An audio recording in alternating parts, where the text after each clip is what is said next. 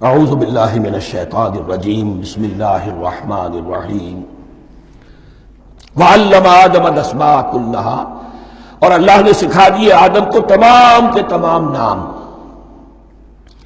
اب اس میں بھی ایک رائے تو یہ ہے، بلکہ اس میں تقریباً اجماع ہے مفسرین کا، کہ اس سے مراد ہے تمام اشیاء کے نام، اور تمام اشیاء کے نام سے مراد ہے ان کی حقیقت کا علم۔ ہیومن نالج جو ہے، اگر آپ اس کا تجزیہ کریں گے تو وہ یہی ہے کہ انسان ایک چیز کو پہچانتا ہے، پھر اس کے لیے ایک نام رکھتا ہے یا کوئی ٹرم اس کے لیے قائم کرتا ہے۔ اس نام یا ٹرم اور اس کے حوالے سے، اصطلاح کے حوالے سے بہت سے حقائق کو اپنے ذہن کے اندر محفوظ کرتا ہے۔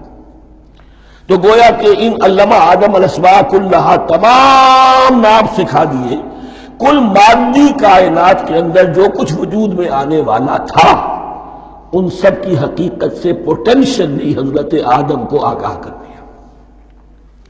یہ پوٹینشل علم ہے، ہیومن نالج، جو ایکوائرڈ نالج ہے، جو انسان کو سم اور بسم اور اپنے اس دماغ کے کمپیوٹر کے ذریعے سے حاصل ہوتا ہے۔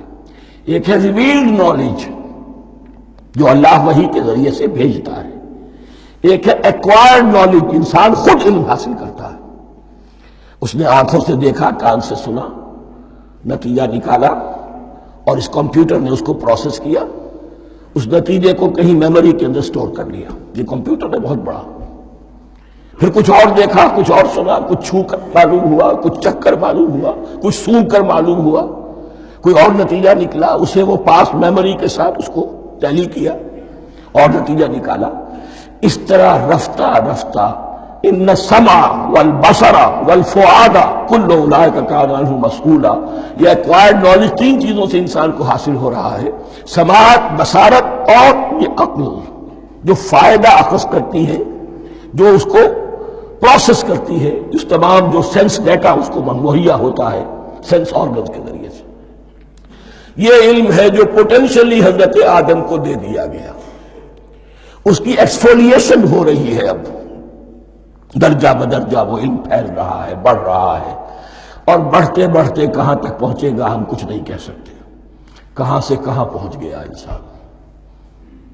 اس نصف صدی کے اندر علم انسانی میں جو ایکسپلوژن ہوا ہے، میں اور آپ اس کا تصور تک نہیں کر سکتے۔ اکثر بڑے بڑے جو سائنسدان ہیں انہیں تصور نہیں ہے، اس لیے کہ ایک شخص اپنی لائن فزکس کے بارے میں جانتا ہے کیا کچھ ہو گیا، یا فزکس کی بھی کسی شاخ کے بارے میں جانتا ہے، باقی دوسری جو لائن ہے اسے کچھ پتہ نہیں۔ اسپیشلائزیشن کا دور ہے، لہذا جو ایکسپلوژن کہا جائے، دھماکہ ہوا ہے علم کا، اس کا کوئی اندازہ نہیں ہے ہمارے پاس، اور کس تیزی کے ساتھ وہ چیز آگے بڑھ رہی ہے، کس تیزی کے ساتھ ایک چیز آج جو ایجاد ہوئی چند دنوں کے اندر اندر اس کے بعد اس کا نیا کوئی ورژن آ جاتا ہے اور یہ چیز جو آبسولیٹ ہو جاتی ہے۔ کمیونیکیشن کے اندر جو انقلاب عظیم برپا ہوا، تو آپ یہ سمجھیے کہ اقبال نے جو شعر کبھی کہا تھا کہ عروج آدم خاکی سے انجم سہمے جاتے ہیں، کہ یہ ٹوٹا ہوا تارا مہ کامل نہ بن جائے۔ اور یہ مہ کامل بنے گا کب؟ جب دجال کی شکل اختیار کرے گا۔ دجال کون ہوگا؟ جو ان تمام قواعد طبیعہ کے اوپر قابو پا لے گا، جب چاہے گا جہاں چاہے گا بارش برسائے گا، رزق کے تمام خزانے اپنے ہاتھ میں لے لے گا، جو اس کے اوپر ایمان لائے گا اسی کو ملے گا، کسی اور کو نہیں ملے گا، اس کی آواز پوری دنیا میں سنائی دے گی، وہ چند دنوں کے اندر پوری دنیا کا چکر لگا لے گا۔ یہ ساری چیزیں جو حدیث میں دجال کے بارے میں آئی ہیں، وہ اسی علم آدم، ایکوائرڈ نالج کے اس حد کو پہنچ جانا کہ وہ ٹوٹل مسٹریز نیچر کی جو ہے وہ اس پر منکشف ہو جائے، اور ان قواعد طبیعہ کو وہ ہارنس کر لے، قابو میں لے آئے اور انہیں استعمال کرے۔ کبھی جب ہمارے کسی بہت 200-300ویں کوئی پیڑھی میں کوئی ہمارے جد امجد ہوں گے جنہوں نے کوئی چٹان دیکھی کہ گری، پتھر پر پتھر ٹکرایا تو آگ اس میں سے شعلہ نکلا، اس کا یہ مشاہدہ کافی ہو گیا آگ پیدا کرنے کے لیے۔ پتھروں کو ٹکراؤ، آگ پیدا کر لو۔ یہ اس دور کی سب سے بڑی ایجاد تھی، آگ، انرجی۔ اب وہ انرجی کہاں سے کہاں پہنچی، وہ آگ نے بھاپ کی شکل اختیار کی، پھر ہم نے بجلی ایجاد کی، اور کب کیا ہے، ایٹمک انرجی ہے، اور نہ معلوم کیا کیا ہے، اللہ عالم۔ ان تمام چیزوں کا تعلق ہے خلافت ارضی کے ساتھ۔ لہذا فرشتوں کو جو بتایا گیا وہ یہ ہے کہ آدم کو علم بھی دیا جا رہا ہے، صرف اختیار ہی نہیں دیا جا رہا، علم دیا جا رہا ہے۔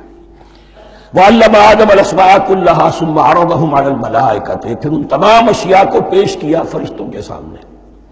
فَقَالَ أَنبِئُونِي بِأَسْمَاءِ هَؤُلَاءِ، اور فرمایا کہ مجھے بتاؤ ان چیزوں کے نام، ان کنتم صادقین، اگر تم سچے ہو۔ قالوا سبحانك لا علم لنا الا ما علمتنا، انہوں نے کہا پروردگار تو پاک ہے ہر نقص سے، ہر عیب سے، ہر ضعف سے، ہر احتیاج سے، مبرہ ہے، منزہ ہے، اعلیٰ ہے، عرفہ ہے۔ لا علم لنا الا ما علمتنا، ہمیں کوئی علم حاصل نہیں سوائے اس کے جو تم نے ہمیں سکھا دیا ہے۔ اس کی تعبیر یہی بہتر معلوم ہوتی ہے کہ ملائکہ کی حیثیت در حقیقت اس کائناتی جو حکومت ہے اللہ کی، آفاقی حکومت، اس کے کارندوں کی ہے، یا اس کے سول سرونٹس ہیں، تو ہر ایک کو صرف اس کے شعبے کے متعلق علم دیا گیا ہے، علم جامع نہیں ہے، تمام چیزوں کا علم یہ معلوم کرنے کی استعداد ان کے پاس نہیں ہے۔ کوئی فرشتہ فرض کیجئے بارش کے اوپر مامور ہے، کوئی پہاڑوں پر مامور ہے، جس کا ذکر سیرت میں آتا ہے کہ جب طائف میں حضور پر پتھراؤ ہوا ہے تو اس کے بعد ایک فرشتہ حاضر ہوا ہے کہ میں ملک الجبال ہوں، اللہ نے مجھے پہاڑوں پر مامور کیا ہوا ہے، آپ اگر فرمائیں تو جن لوگوں نے آپ کو ستایا ہے، یہ جو طائف جن دو پہاڑوں کے درمیان یہ وادی ہے، ان کو آپس میں ٹکرا دو کہ یہ پس کر اور سرما بن جائے۔ آپ نے فرمایا نہیں، کیا عجب، اللہ تعالیٰ ان کی اگلی نسلوں کو ہدایت دے دے۔ تو فرشتے ہیں، کوئی پہاڑوں پر مامور ہے، کوئی کسی خدمت پر مامور ہے، ان کو علم دیا گیا ہے صرف انہی کی اپنی جو بھی فرائض منصبی ہیں ان کے شعبے سے متعلق، کل نہیں۔ جامعیت جو ہے علم کی وہ ہے کہ جو حضرت آدم علیہ السلام کو پوٹینشلی دے دی گئی، اور جو اب بڑھتے بڑھتے ایک بہت بڑا درخت بن چکا۔ سبحانک لا علم لنا الا ما علمتنا انک انت العلیم الحکیم، یقیناً آپ ہی کی ذات ہے جو کل کے کل علم کی حامل ہے، اور جس کے اوپر حکمت بھی، جس کی حکمت بھی قابل ہے۔ باقی تو ہر مخلوق میں سے ہر ایک کا علم ناقص رہے گا۔ العلیم، کل علم کا جاننے والا تو ہی ہے۔ الحکیم، کل حکمت وہ تو تیرے ہی پاس ہے۔ صدق اللہ العظیم۔